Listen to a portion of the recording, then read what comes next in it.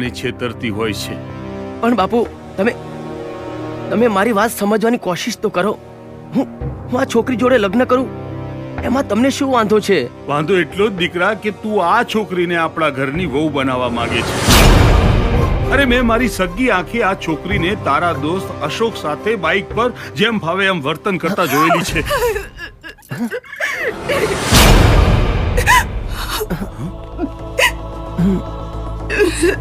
બાપુ એ તો મેં જે બંનેને સાથે મોકલ્યા હતા અને તમારી જાણ ખાતર કહી દઉં કે એ બંને વચ્ચે તો ધર્મના ભાઈ બહેનનો પવિત્ર સંબંધ છે. પણ દરેક સંબંધની એક મર્યાદા હોય છે વિક્રમ.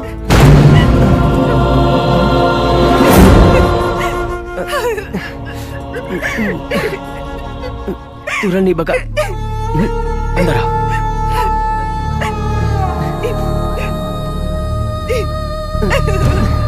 પ્લીઝ તું રડીશ નહીં.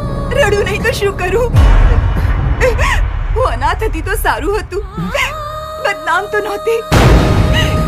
ખોટું આડ મૂકીને તારા બાપુએ મને જીવતે જીવત મારી નાખી છે.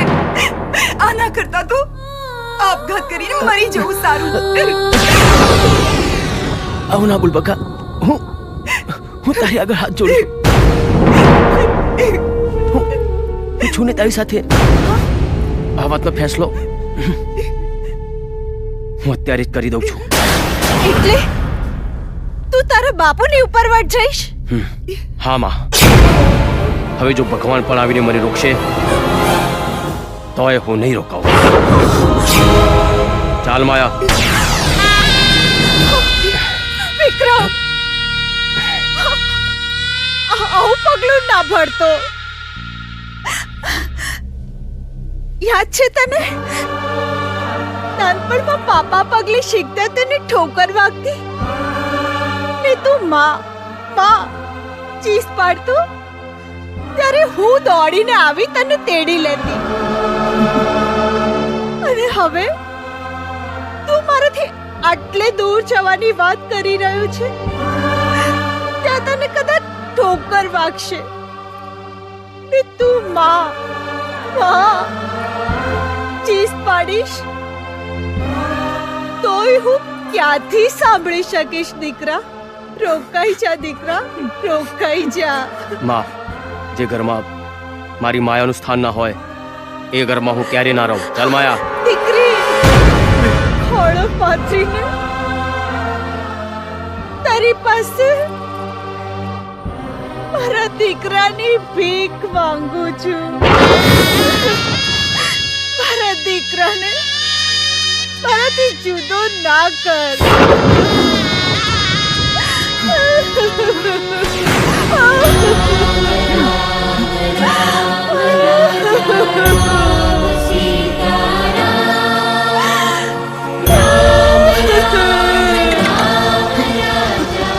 વિક્રમ, દીકરા, યાદ છે તને એક વખતે કહેલું કે બસમાં કોલેજ જવામાં તકલીફ પડે છે. બાપુ મને બાઇક લઈ આપો. તો હું જૂનું બાઇક લેવા ગયો તો તે કીધું ના બાપુ, મારે તો નવું જ બાઇક જોઈએ. આપણે નવું બાઇક લેવા ગયા ત્યારે તે કીધું બાપુ મારે પલ્સર જ જોઈએ. પલ્સર નક્કી કર્યું તો વળી પાછો તું બોલ્યો બાપુ 180 સીસી વાળું જ. એ નક્કી કર્યું તો વળી પાછો બોલ્યો બાપુ મારે વાદળી રંગનું જ બાઇક જોઈએ. અને દરેક વખતે પેલો બાઇકના શોરૂમ વાળો 5,000 રૂપિયા વધારતો જ ગયો. દીકરા, મારી ત્રેવડ નહોતી છતાંય તારી દરેક માંગણીઓ હું મંજૂર કરતો જ ગયો. અરે તારા બાપની આ જિંદગી પૂરી થવા આવી પણ તારી ફરમાઈશો પૂરી ના થઈ. અને છતાં હું હિંમત ના હાર્યો. પણ આજે તારી આ જીદ આગળ તારો આ બાપ હિંમત હારી ગયો. હજુ એ કહું છું, માની જા મારી વાત. રોકાઈ જા વિક્રમ. વિક્રમ, મારી વાત માની જા વિક્રમ. જશોદા, વિક્રમ. વિક્રમના બાપુ ઉઠો. તમે આમ આગળથી ભાંગી પડો એ નહીં ચાલે. ઉઠો વિક્રમના બાપુ. જશોદા, હવે મને વિક્રમનો બાપ કહીશ નહીં.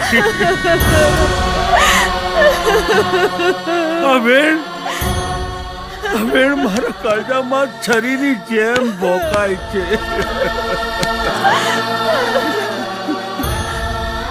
અરે રે, વિક્રમને એમ પણ ના થયું કે એનો ભત્રીજો હોસ્પિટલમાં છે. અરે આજે તો એને લોહી આપવાનું હતું. વિક્રમનો ફોન સતત સ્વિચ ઓફ આવે છે. ગૌતમભાઈ, આ તમને છઠ્ઠી વાર કીધું, હજી તમારો ભાઈ નથી આવ્યો. આ બાબાના બ્લડ ગ્રુપનું લોહી ભાગ્યે જ મળતું હોય છે. આ તો કુદરતની કૃપા છે કે તમારા ઘરમાં જ કાકા ભત્રીજાનું બ્લડ ગ્રુપ મેચ થાય છે. પણ હવે જો 15 મિનિટમાં બ્લડની વ્યવસ્થા નહીં થઈ ને તો કેસ અમારા હાથમાં નહીં રહે. Sorry, but this is the last warning. વિક્રમભાઈને આટલી વાર તો ક્યારેય નથી લાગી. હવે ભાઈ આવી જ જવો જોઈએ. હવે મને શંકા થાય છે, તે દિવસે નારણબલીની વિધિમાં પણ વિક્રમ નહોતો આવ્યો. કદાચ આજે પણ. લીમડા, હવે એની રાહ જોવા કરતા હું બીજીથી વ્યવસ્થા કરીને આવું છું.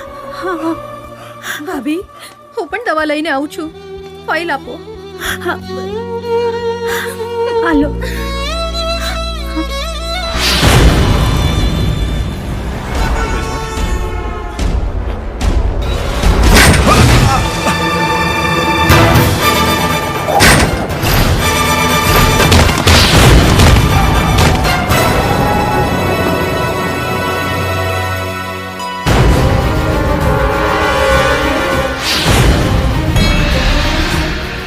હટો હટો, આગા ખસો.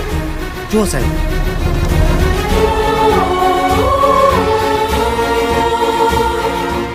ઓહ ગોડ, હી ઇઝ નો મોર. બેન, ગૌતમભાઈ રોડ ક્રોસ કરતા હતા અને એમનો એક્સિડન્ટ થયો અને મૃત્યુ પામ્યા છે. શું થાય છે તમને? હા, શું થાય છે? ડોક્ટર સાહેબ, ડોક્ટર સાહેબ.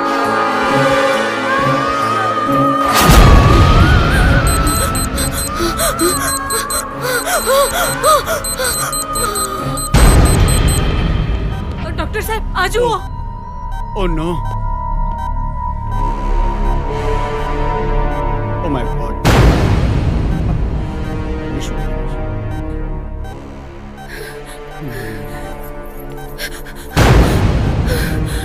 સોરી, બંને મૃત્યુ પામ્યા છે.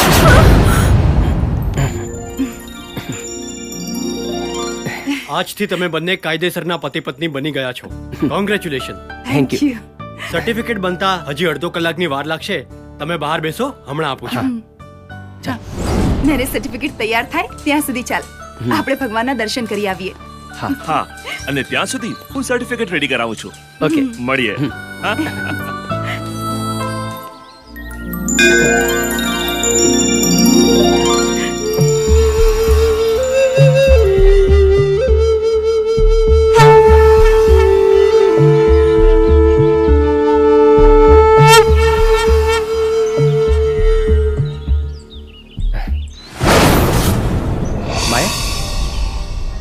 માયા, માયા, માયા.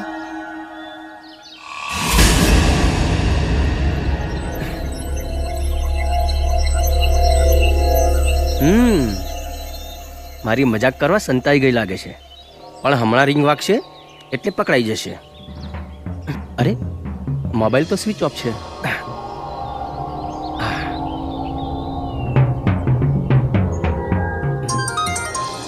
અરે, આ અજાણ્યો નંબર કોનો હશે?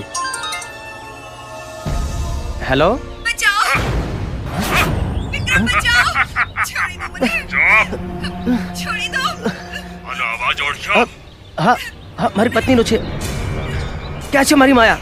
પહેલા નક્કી કર તને તારી પત્ની વાલી છે કે બેંકમાં પડેલા 20 કરોડ રૂપિયા?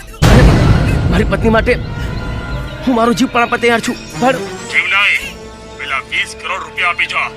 હા પણ તમે લોકો કોણ છો અને મારી પત્ની ક્યાં છે? પહેલા રૂપિયા ઉપાડ, પછી બધી વાત. અને હા, ત્યાં રોકડા જોઈશે અને આજે જ. અને યાદ રાખજે, કોઈને પણ આ વાતની જાણ કરી તારી પત્નીની લાશ પણ જોવા નહીં મળે. હું હમણાં જ રૂપિયા લઈને આવું છું. અને હા, બેંકમાં તારા લગ્નનું સર્ટિફિકેટ લઈ જવાનું ના ભૂલતો. હા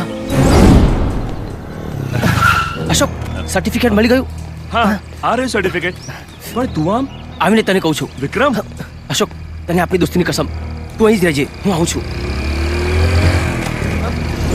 સર્ટિફિકેટ તો બરાબર છે, કોંગ્રેચ્યુલેશન. Thank you. વિક્રમભાઈ, આટલી મોટી રકમ એક સાથે ઉપાડો છો. બાપ દીકરાએ કોઈ મોટી મિલકત લેવાનો પ્લાન કર્યો છે કે હા શું? હા એવું જ છે. પણ આટલી બધી કેશ બ્રાન્ચમાં ન હોય. હું હેડ ઓફિસને જાણ કરીને રૂપિયા મંગાવું છું. તમારે થોડી રાહ જોવી પડશે. સારું પણ જેમ બને તેમ જલ્દી કરજો પ્લીઝ. ઓકે.